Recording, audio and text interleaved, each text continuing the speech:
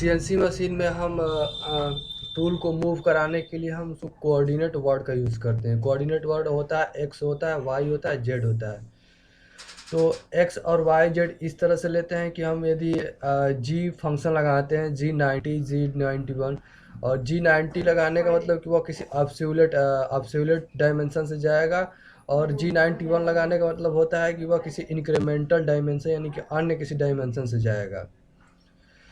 और x x axis ये दिखाता है कि एक्स उस सीएनसी मशीन में जो स्पेस है उसमें एक्स एक्सिस से कितना दूरी पे है, वाई है तो वाई पे कितना दूरी पे है, जेड पे है तो कितना जेड पे दूरी पे है।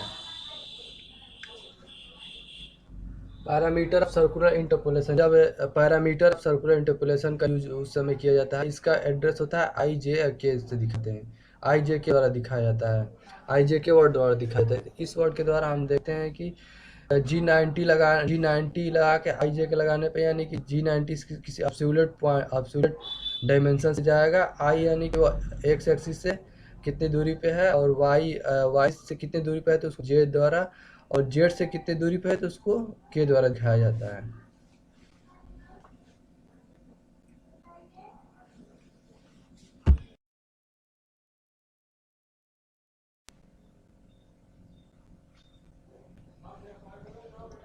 स्पिंडल फंक्शन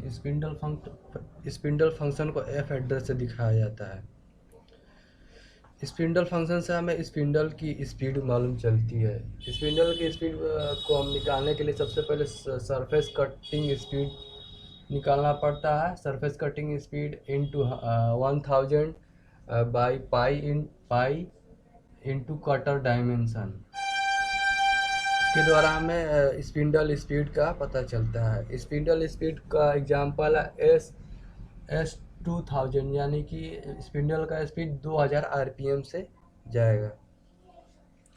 और दूसरा होता है फीड फंक्शन। फीड फंक्शन को हम दिखाने के लिए एफ एड्रेस से दिखाया जाता है, और एफ एड्रेस से दिखाया जाता है। फीड निकालने के लिए हमें चीप लोड निकालना पड़ता है। चीप लोड और चीप लोड होगा, फिर टूथ होगा। चीप लोड बाई टूथ यानी कि एक टीथ पे कितना लोड पड़ रहा है, फिर नंबर ऑफ टीथ जानना पड़ता है, और फिर स्पिंडल स्पीड जानना पड़ता है। इन सब को कैलकुलेशन करने के बाद हम कैलकुलेशन इसको करते हैं चीप लोड बटा में पर टीथ इंटू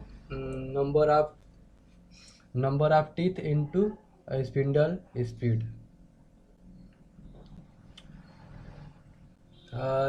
चीप लोड में हम टीथ और number of teeth into spindle speed का कैलकुलेशन करने के बाद हमें मालूम पड़ता है फीड मालूम चलता है, तो इसको हम एफ से दिखाते हैं।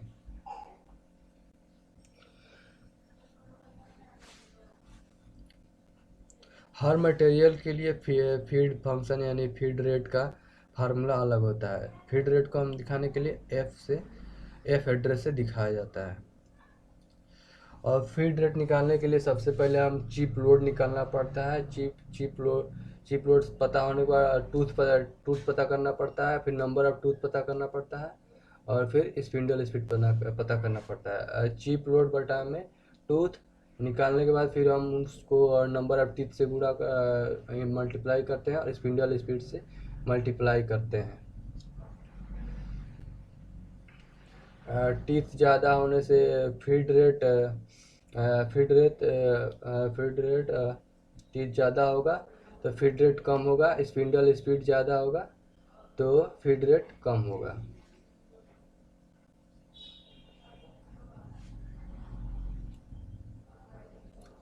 और चीप लोड ज़्यादा होने से चीप लोड पर टूथ यानी कि ये कैलकुलेशन करने के बाद फीड रेट बढ़ेगा।